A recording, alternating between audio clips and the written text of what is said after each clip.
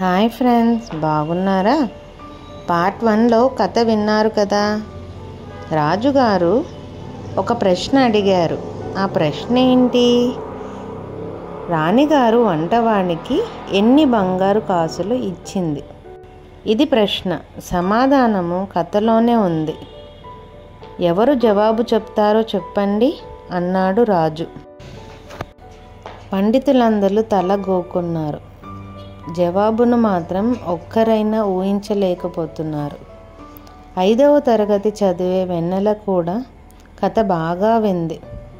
రాజుగారు, నేను జవాబును చెబుతాను అంటూ పెద్దగా అరిచి చేతులూపింది.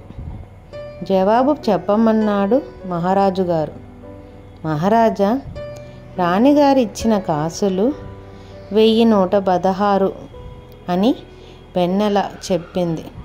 శభాష్, చిన్నదానివైనా సరిగా చెప్పావు అని దగ్గరికి తీసుకున్నాడు మహారాజు గారు.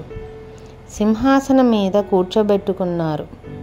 పాప, జవాబు ఎలా చెప్పగలిగావమ్మా అని వెన్నెలను అడిగారు రాజుగారు. జవాబు మీ కథలోనే ఉంది మహారాజా. మసాలా 1000లో 1000 ఉంది. నూరుతున్నాడులో 100 ఉంది. ఏడుస్తుందిలో 7 ఉంది.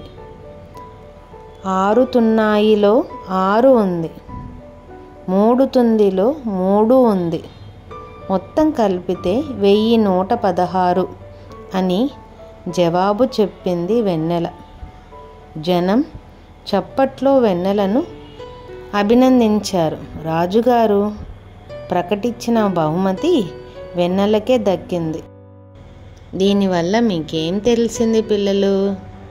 విజయానికి శారీరక బలం మాత్రమే కాదు, మానసిక బలం కూడా చాలా ముఖ్యం.